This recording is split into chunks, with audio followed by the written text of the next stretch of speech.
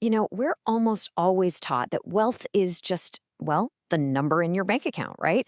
But what if that's a dangerously incomplete picture? In this explainer, we're going to dive into a framework that completely redefines what it means to be truly, truly prosperous. So, are you? Are you financially rich but holistically poor? It's actually a surprisingly common problem these days. Some people call it the poverty of plenty, where you might have plenty of money, but you're just totally burned out, your relationships feel shallow, or you have zero free time. Well, this whole explainer is about fixing that exact imbalance. Okay, so before we can build a new model for wealth, we've got to understand why the old one is just so broken. Let's start by tearing down this wealth delusion that honestly most of us have been sold our entire lives. This is it. This is the formula most of us live by, whether we even realize it or not. I mean, it seems so simple, right? It's linear, it seems logical, just work harder, make more money, and poof, happiness will automatically follow. But here's the thing, it's a trap. And here's why it fails so spectacularly in the real world. I mean, all the research shows that happiness kind of flatlines after a certain income level. We also get stuck on what's called a hedonic treadmill. It's a fancy term, but it just means our lifestyle expectations always seem to rise right along with our income, so we never feel like we have enough. And maybe worst of all, this single-minded chase for money, it can absolutely starve the other parts of our lives that are supposed to bring us joy.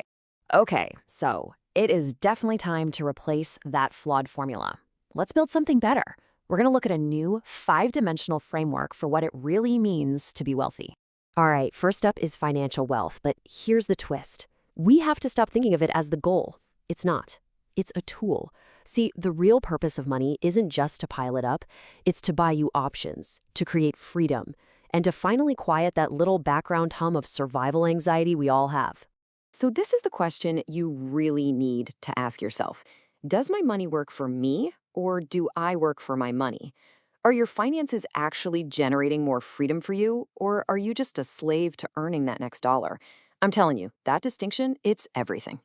Okay, next up we have social wealth. And let's be clear, this is not about having 1,000 LinkedIn connections, okay? It's all about the depth and the quality of your relationships. This is the kind of wealth that gives you that true sense of belonging and support when things inevitably get tough. And this question, wow, it just gets right to the heart of it, doesn't it?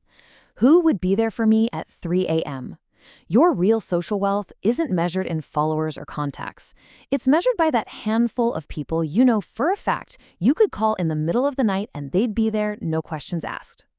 Third is physical wealth. And you really have to think of this as the vessel, right? It's the body through which you experience every other kind of wealth. I mean, without your health and your energy, all that financial freedom, all those amazing social connections, they lose so much of their value. It is literally the foundation for everything else. And again, let's be super clear. This is not about how you look in the mirror. It's about functionality. It's about longevity. What can your body do? Can it do the things you want it to do? And for how long can you keep that up? That's the real measure. Our fourth dimension is mental wealth. And I love this analogy. Think of it as your internal operating system. It's the software that runs everything.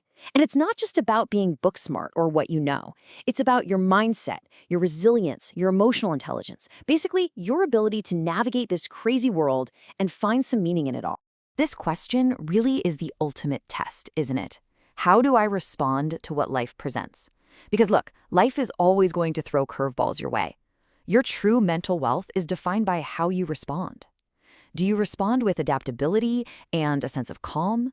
Or with fragility and just reacting to everything? That's the difference.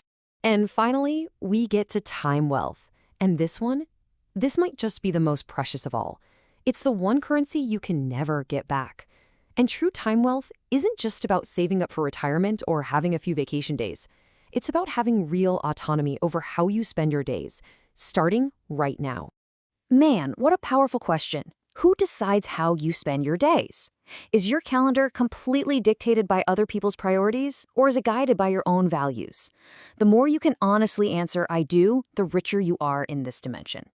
Okay, now this is where the model gets really powerful. Because you have to understand, these 5 dimensions don't just exist in their own little separate boxes. No, they are constantly interacting with each other, feeding each other, and creating what you could call a massive multiplier effect. So let's just look at a simple but really profound example. Let's do a little bit of wealth math. What happens when you combine financial wealth with time wealth? You get this: freedom, real freedom. The ability to choose your work, your projects, your entire lifestyle based on what you want to do, not just what you have to do. That synergy, that's the holy grail right there. But, and this is a huge but, this interdependence cuts both ways. A big deficit in one area can completely cripple the others. I mean, just think about it. If you have all the money in the world but zero time, you're basically a wealthy slave, right? If you have amazing friends but your health is so bad you can't go out and enjoy their company, what good is that? See, balancing these dimensions isn't just some nice to have idea. It is absolutely critical. So, if that old model is totally broken, the big question becomes, how do we even measure our progress in this new one? Well, it requires a completely different kind of balance sheet. Now this is where it all comes together, and it's so cool. This framework completely reframes what an asset and a liability even are.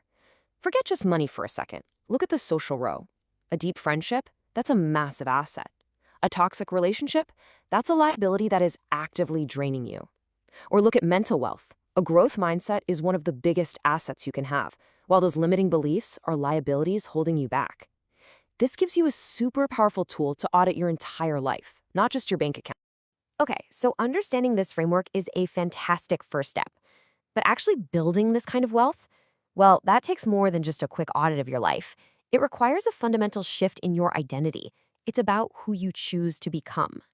And the highest aspiration, the thing to really aim for, is what we can call the creator identity.